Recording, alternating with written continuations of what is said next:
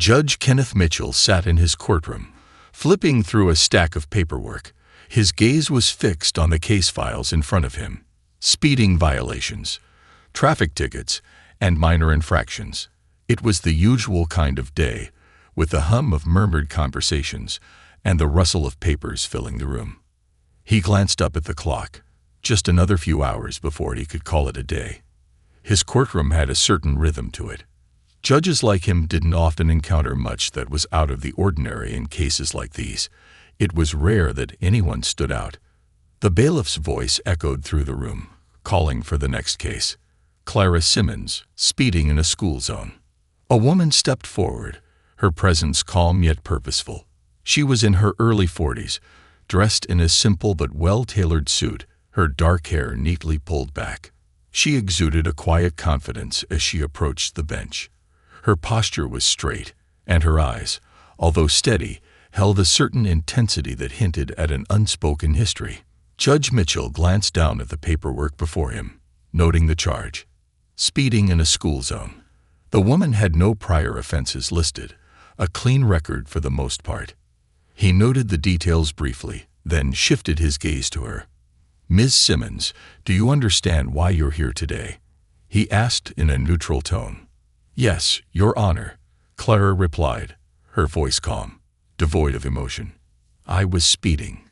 Judge Mitchell nodded, his eyes scanning her face for a hint of defiance or regret. Usually, people who found themselves in this position at least showed some sign of embarrassment or guilt. But Clara's face remained composed. She wasn't dismissive. She simply seemed unaffected by the situation, as if this was a mere inconvenience in her day rather than a serious matter. Speeding in a school zone is a serious offense, the judge continued, especially with children around. We have to maintain safety on the roads. I agree, Your Honor, Clara responded smoothly. I understand the importance of traffic laws. I'll accept the fine. Judge Mitchell raised an eyebrow. Most people, when faced with a fine for such a minor infraction, would protest or try to explain their way out of it. Some might even ask for a reduced penalty, citing mitigating circumstances. But Clara showed no signs of pleading. There was a sense of finality in her words, as though she had already made peace with the situation, no matter how small or large the consequence. Given the circumstances, I'm going to impose the standard fine, Judge Mitchell said, writing something down in his ledger. The fine is $250. I trust you'll make the payment by the due date. Clara nodded, her expression unchanged. Of course, Your Honor, she said, her voice unwavering. She stood tall and stepped back, as if the entire exchange had been little more than a formality. The judge barely looked up as she walked away, his attention already shifting to the next case. But Clara's calm demeanor lingered in his thoughts for a moment longer than usual. He had seen hundreds of defendants come through his courtroom, some filled with rage, some embarrassed, others nervous. But Clara's composure was different. She didn't appear as though she were afraid of the fine, nor did she seem to think the matter wasn't important. Her confidence was quiet, almost like someone who had faced far larger battles than this one. Clara walked out of the courtroom, her footsteps echoing slightly as she passed through the doors. She hadn't expected the encounter to be anything out of the ordinary, but she could feel the slight weight of the fine hanging over her nonetheless. The issue wasn't the money, it was the principle. To her, the small inconvenience felt like a reminder of the often invisible challenges that everyday citizens faced. But as she stepped into the sunlight outside, she didn't dwell on it. She had more important things on her mind. As she turned to walk down the steps of the courthouse, Clara's mind drifted back to the work she'd been doing for years, the bills she'd drafted, the legislation she'd helped pass, the countless hours spent in Washington, fighting for justice. The Equality and Justice Act had been one of her crowning achievements, but few people outside of government circles even knew her name. She didn't need recognition. But sometimes she couldn't help but wonder if those who made decisions about the lives of others were truly aware of the power they held. If they could only see beyond the superficial, if they could understand the weight of the words and decisions they handed down in courtrooms like this one. Perhaps things could be different. But today was not the day for deep reflection. Today, it was a speeding ticket. A small annoyance in the grander scheme of things, yet it felt like a subtle reminder that no one, no matter their accomplishments, was ever immune from the law. As Clara slid into her car and started the engine, she was already thinking ahead to the next phase of her work. There were still communities to fight for, policies to change, lives to impact. There was far more to her story than this brief courtroom moment. And she knew that one day, people would come to understand that. But for now, the journey continued. Clara Simmons wasn't just another face in the crowd. On the outside, she might have seemed like a typical middle-aged professional. Sharp dresser, polished demeanor, a woman who knew how to command a room with her presence. Yet beneath the surface, she was so much more. Clara was a quiet revolutionary, a woman whose influence had shaped the very fabric of the country's civil rights landscape, though few knew her name. Growing up in a modest neighborhood on the outskirts of Atlanta, Clara had always been acutely aware of the social injustices that surrounded her. Her childhood was marked by a determination to change the systems that she saw as broken.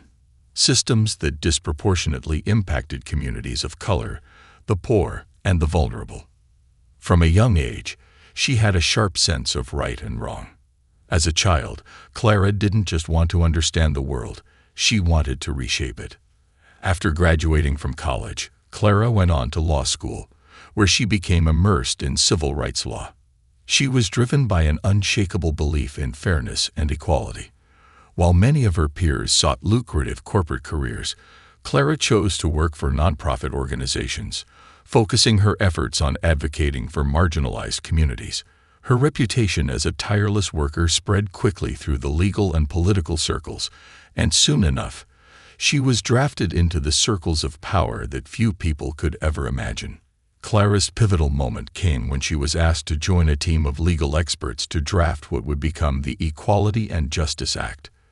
The bill was a monumental piece of legislation aimed at addressing systemic racial and social inequality. It focused on reforming the criminal justice system, improving access to health care and education in underserved communities, and ensuring equal pay and employment opportunities for all. Clara, using her deep understanding of the law and her empathy for those without a voice, became one of the primary authors of the bill. Despite the magnitude of her contributions, Clara's work was often invisible. She wasn't in the headlines. She wasn't giving speeches or making grand public statements. She wasn't the public face of the legislation. Those roles went to senators and high-ranking officials. But Clara didn't mind. She didn't crave fame or recognition. For her, the work was always the most important thing. She preferred to stay behind the scenes, crafting policy that could make a real difference in people's lives. In Washington, Clara often worked long hours in cold conference rooms, negotiating with lawmakers who had very different priorities. The job was grueling, and the pressure was intense. But Clara was relentless. She was unafraid of power, whether it came from a corporation, a political figure, or the law itself. She knew that true change required not only resilience, but an unyielding belief that systems designed to oppress could be dismantled, piece by piece. As the bill made its way through Congress, Clara worked quietly, ensuring that every section addressed real needs, not political convenience. Her understanding of the intersection between race, class, and the law allowed her to create a piece of legislation that would have a profound impact for generations to come. When the bill was finally passed, it was hailed as a critical step forward in the fight for equality. But despite its success, Clara remained out of the spotlight.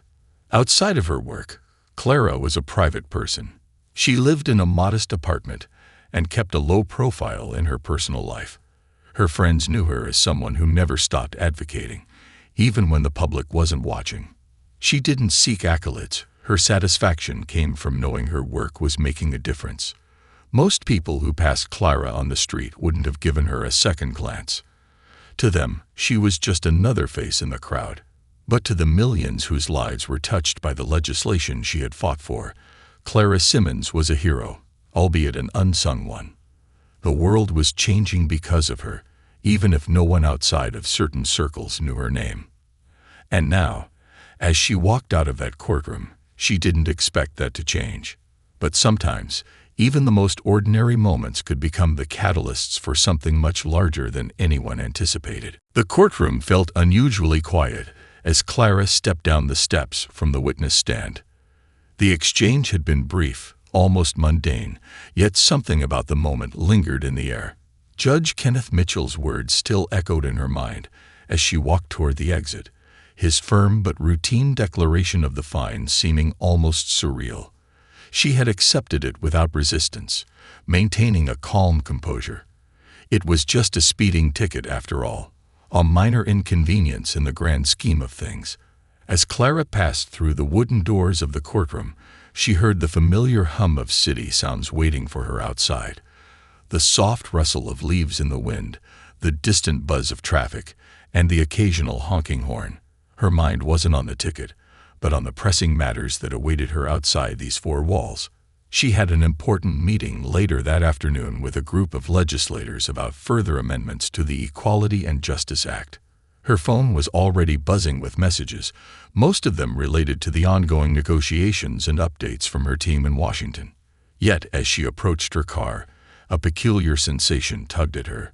She couldn't shake the feeling that there was something strange about the whole encounter, something out of place. It wasn't the fine itself. It was the way Judge Mitchell had treated her so casually, as if she were just another defendant to pass through his court. The calmness in his eyes as he imposed the penalty didn't seem to match her background, her work. It almost felt like he hadn't seen her. Not really. Not as the person who had drafted the very policies that impacted the communities the court served. Clara shook her head, dismissing the thought. She had long been accustomed to such moments of invisibility. It was part of the price she paid for staying behind the scenes. It wasn't unusual for someone like her to go unnoticed. After all, her contributions were often overshadowed by the grander figures in Washington. She wasn't a politician or a public figure. She didn't need recognition. But the feeling persisted as she started her car and merged into traffic. What was it about that exchange that felt so odd? Could it be that she had been judged by someone who had no idea who she really was? The thought was unsettling. She knew how easily assumptions could be made based on appearance alone, how people who were in positions of authority often held biases, even if they didn't realize it. She didn't dwell on the idea for long, though. It was a fleeting moment, nothing more than a minor inconvenience. But unbeknownst to Clara, her brief encounter with Judge Mitchell would soon take on a life of its own. Later that evening, as Clara sat in her office, reviewing the latest draft of an amendment for the Equality and Justice Act, an email popped up on her screen. It was from a journalist named Rachel Brooks, a reporter from the Daily Herald. Clara furrowed her brow as she opened the message. The email read, "Ms. Simmons, I was present in court today when you received your speeding fine. I did some research, and I think you might be the same Clara Simmons who helped draft the Equality and Justice Act. If that's correct, I'd love to hear more about your work. Could you comment on your experience and the bill's impact? I'd like to write a feature on you." Clara sat back in her chair, blinking in surprise. She hadn't expected to be recognized, let alone be the subject of a feature story. The email seemed innocent enough, yet Clara couldn't shake the feeling that there was more to it than just a routine inquiry. She wasn't accustomed to the media showing interest in her personal life. Her work, yes, but never her as an individual. As she typed a response, Clara paused for a moment, contemplating whether or not to engage. The idea of having her name splashed across the pages of a newspaper wasn't something she had ever sought. She'd always preferred to remain in the shadows, where the work could speak for itself. But something about the email intrigued her. Perhaps it was the fact that this reporter had connected the dots, had noticed her, even in a setting as mundane as a traffic court. Maybe this was the moment when she would no longer be overlooked, when the world would see her for who she truly was. Clara pressed send on the reply, agreeing to meet with Rachel. Little did she know, the story that was about to unfold would change everything, not just for her, but for the public's perception of what it meant to fight for justice. The next morning, Clara awoke to the steady ping of her phone, messages and notifications flooding her inbox. At first, she thought it was just the usual flurry of work-related emails, but as she scrolled through them, her pulse quickened. Headlines splashed across her screen, some from major newspapers, others from local news outlets. Local woman fined in court for speeding, but she's the author of landmark civil rights legislation. Unseen architect of Equality and Justice Act, caught in routine traffic violation. Who is Clara Simmons? The author you never heard of, now in the spotlight. Her mind raced. It only took a few seconds for the realization to hit. The email from Rachel Brooks, the reporter, had turned into a full-blown media storm. The journalist had written her feature overnight, and now Clara's name was spreading rapidly across news platforms. The story that had begun as a simple recount of a speeding ticket had grown into something much larger. Clara leaned back in her chair, her heart pounding. She had never wanted to be the focus of public attention, and this wasn't exactly how she envisioned becoming known.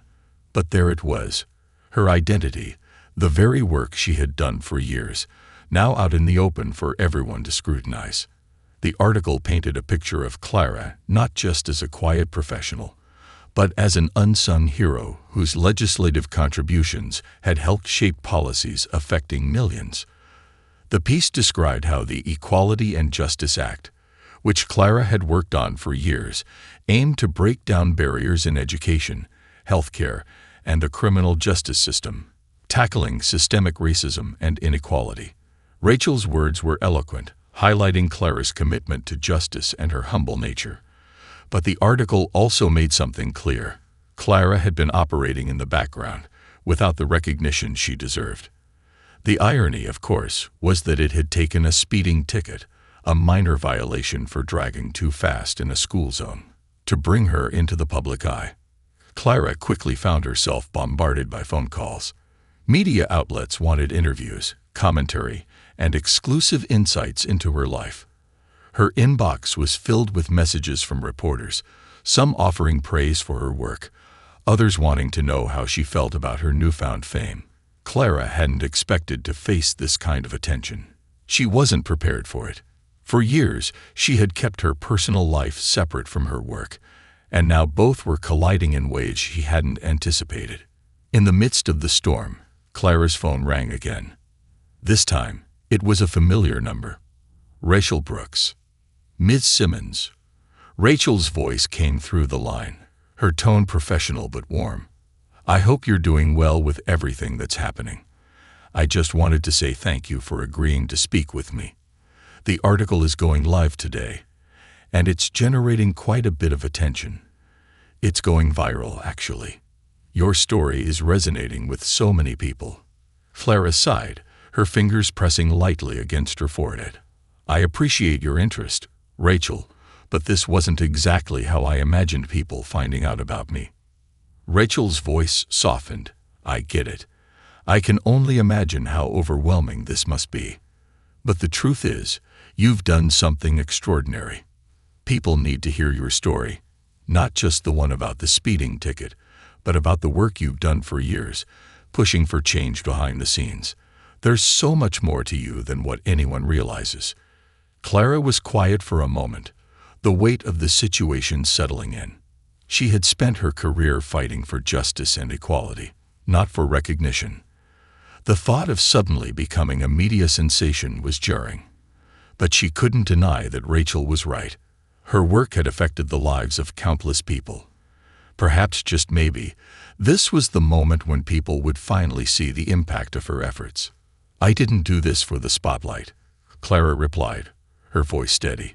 But I understand that the work I've been a part of matters. If this article can bring attention to the issues we're facing, then maybe it will be worth it. Rachel was quiet for a moment, then responded with a hint of encouragement in her voice. It already is. You've already sparked a conversation. And now, the world knows who Clara Simmons really is. As Clara hung up, her mind raced.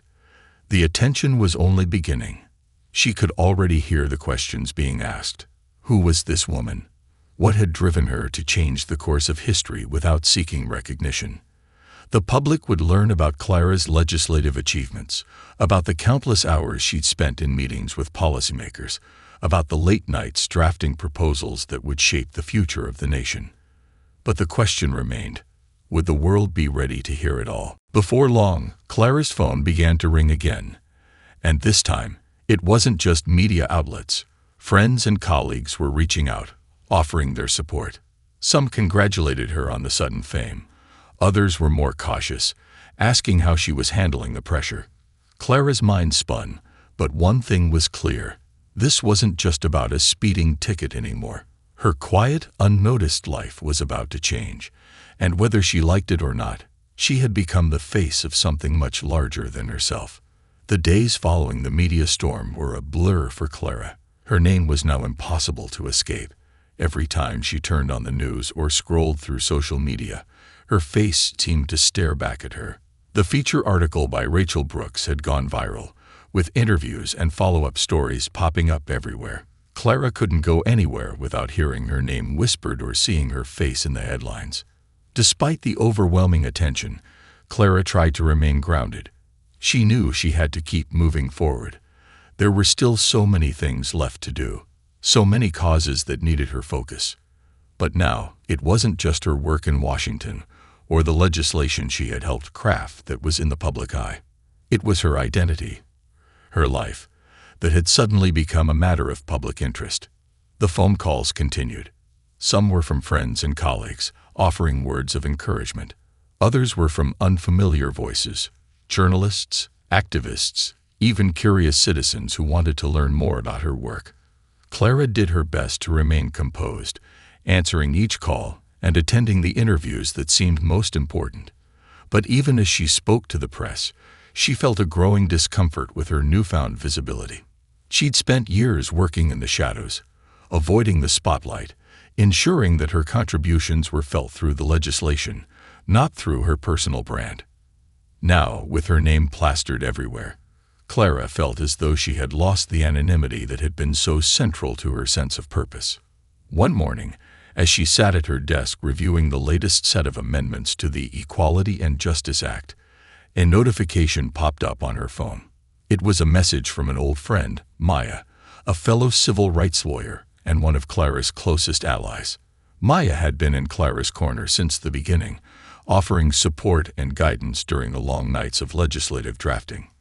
Clara, the message began, I've been seeing all the media attention you're getting. I just want to remind you that none of this takes away from the work you've done. You are still the same person who quietly fought for justice for years. Just don't forget that you're the same Clara who changed lives, even when no one was watching. Clara smiled to herself as she read Maya's words. It was easy to lose sight of who she really was amidst all the noise, but Maya's message helped center her again. She had never been in it for fame or recognition. The work she had done, and continued to do, had always been about something greater than herself, about helping those who had been systematically oppressed and ensuring that their voices were heard. Despite the pressure from the media, Clara made the decision to hold a public event, a press conference of sorts, where she could address the overwhelming attention head-on. It would be a chance to speak openly about the challenges she faced, about why she chose to remain behind the scenes for so long, and about the importance of the work that still lay ahead. The press conference was scheduled for the following week, and Clara knew that it would be the most significant moment of her life. It would be the first time that she publicly acknowledged the full scope of her work and the sacrifices she had made along the way. It would be her opportunity to share her story, on her terms, and to remind everyone of the reason she had worked so tirelessly in the first place, to make a difference. As the day drew nearer, Clara found herself reflecting on the path she had taken, the years spent in the trenches, the battles fought in courtrooms and behind closed doors, and the people whose lives had been touched by her work. The speeding ticket, a small and seemingly insignificant moment in her life, had propelled her into the spotlight, but Clara knew that her story wasn't about one ticket. The day of Clara's press conference arrived with the weight of anticipation hanging in the air. The conference room was packed with journalists, cameras, and a crowd of eager onlookers who had been drawn in by the whirlwind of media coverage. The space buzzed with energy as reporters exchanged whispers and scribbled down their notes.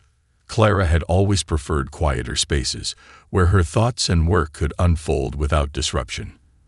But today, she would have to step into the public eye, fully aware that everything she said and did would be scrutinized. She stood backstage, adjusting her suit jacket, trying to calm the whirlwind of nerves swirling inside her. This wasn't her usual environment. She had spent most of her life in the background, behind closed doors, ensuring that the work was done, the policies drafted, the change made. Now she was about to step into a room where every word would matter, where every gesture would be captured on camera. The thought was both humbling and intimidating. Her assistant, Claire, appeared at her side with a reassuring smile. "You've got this, Clara. Just remember, this is your moment to share the truth. Let them see who you really are." Clara nodded, her gaze lingering on the doors leading to the stage. She hadn't wanted this moment to come, but now that it was here, she knew there was no turning back. She had spent too long hiding her work from the world, and now it was time for the public to hear it directly from her. When the doors opened, Clara walked into the room, her calm and confident demeanor settling the room immediately. The journalist quieted down as she took her place at the podium, the spotlight following her every move. It was a stark contrast to the quiet, private world she had built for herself. She could feel the weight of their gaze on her, the silent expectations. "Good afternoon," Clara began, her voice steady, yet carrying the weight of emotion that surprised even her. "I'm sure many of you have questions about the story that's unfolded over the past few days, about a speeding ticket, and about how my name suddenly became a headline. But the truth is, my work has never been about the spotlight.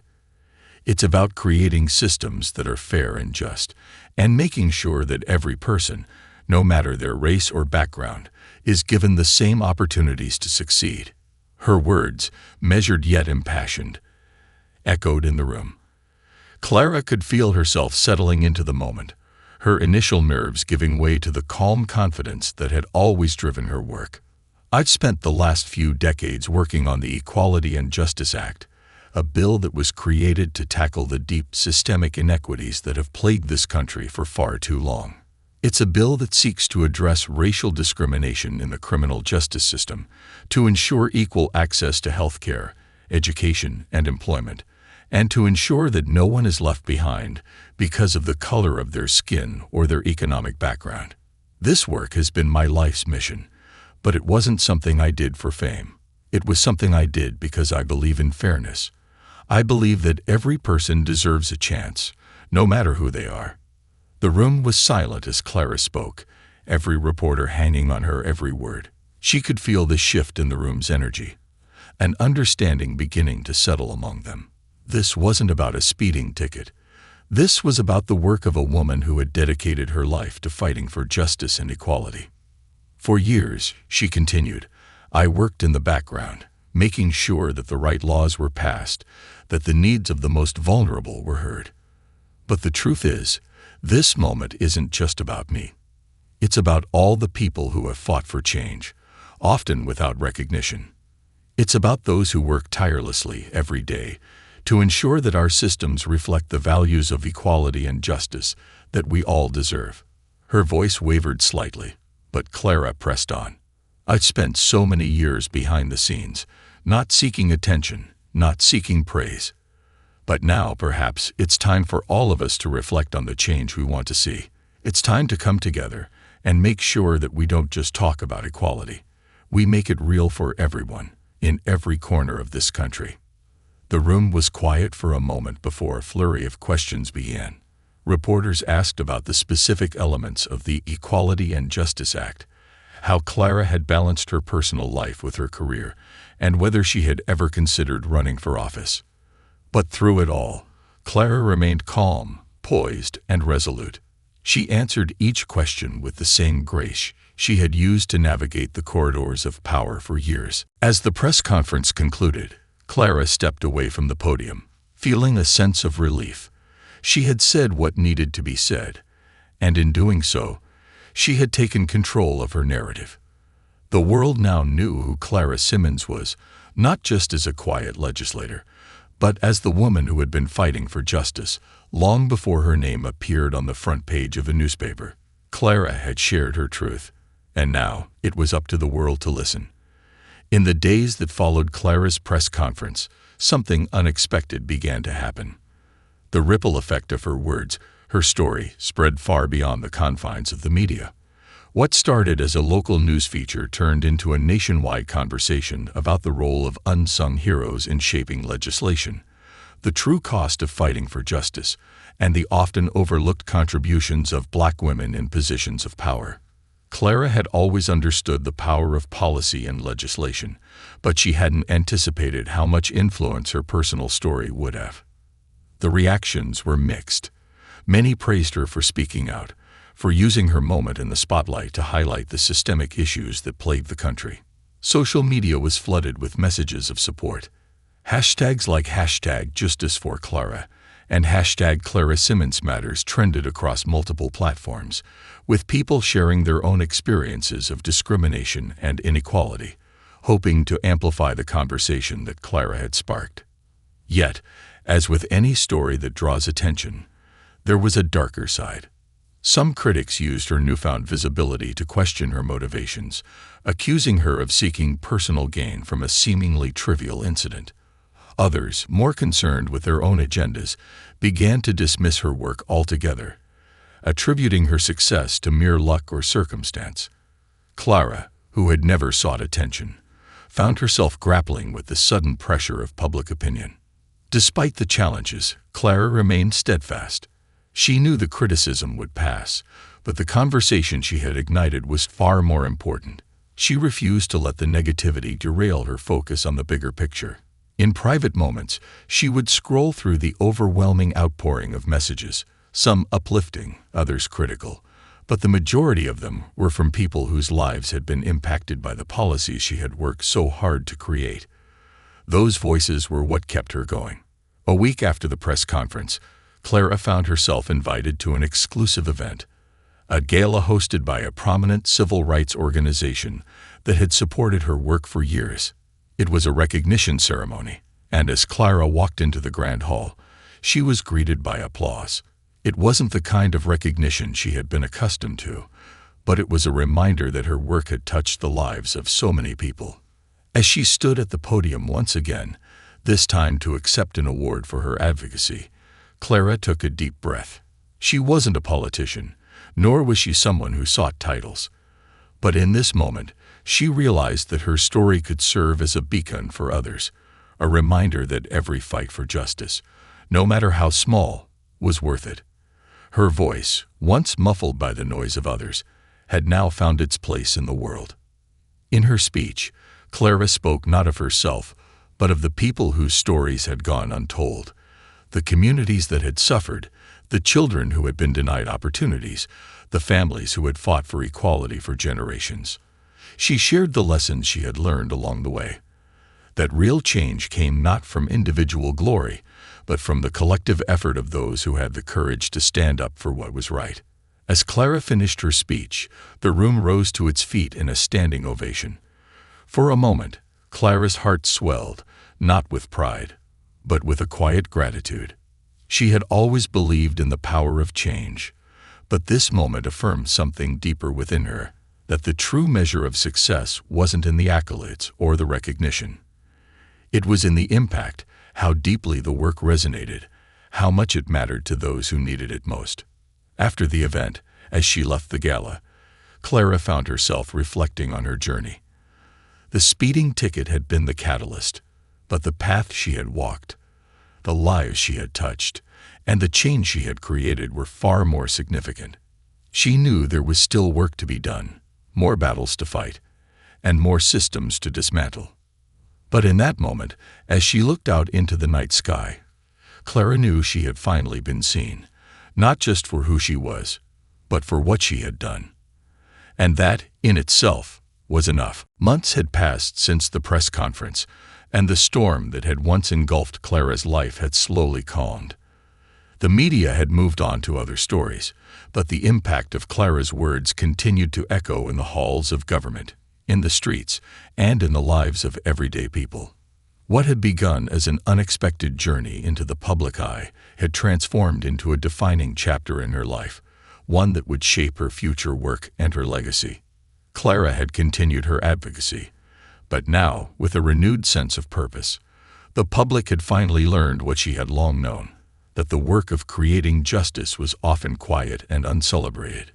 But now, her work was being acknowledged in ways she had never imagined. In the months following her press conference, she had been invited to numerous panels, discussions, and speaking engagements where she shared her insights into the future of civil rights and the policies that would shape the nation. Her once anonymous presence was now a respected voice at the table. More importantly, Clara's story had become a catalyst for others to take action. Young activists, many inspired by her, had reached out to her for guidance, hoping to follow in her footsteps. She became a mentor to those who were committed to dismantling the barriers that held people back, offering her wisdom and experience to help guide the next generation of leaders. It wasn't just the personal recognition that mattered most to Clara, though. The legislation she had worked on for years was beginning to show real, tangible effects. More communities had begun to experience the benefits of the Equality and Justice Act. Increased access to education, a reduction in racial disparities in the criminal justice system, and improved healthcare outcomes for underserved populations. There was still much work to be done, but Clara could see the shift taking place, and it filled her with a quiet satisfaction. Clara had also made peace with her public persona. The media might have initially misrepresented her, and some of the public's attention might have been uncomfortable at times, but she realized that the spotlight had not changed her. It had only amplified her message. She had always worked for justice, not recognition, but now the world was hearing her. And that was enough. But even as she looked back at all she had accomplished, Clara knew her true legacy wasn't just in the laws she had passed or the accolades she had received. It was in the lives that had been transformed, the people who now had a fighting chance because of the work she had helped to shape. The true measure of her success, she believed, lay in the lives that would be forever changed by the systems she had helped reform. One evening, Clara sat in her office, looking over the documents that outlined the next set of legislative reforms she hoped to push forward. Her phone rang, breaking the silence. It was Maya, her longtime friend. "Clara, I just wanted to check in," Maya said warmly. "How are you holding up?" Clara smiled, leaning back in her chair. "I'm good, Maya. Really good. It's been a long road, but I'm starting to feel like we're finally making progress.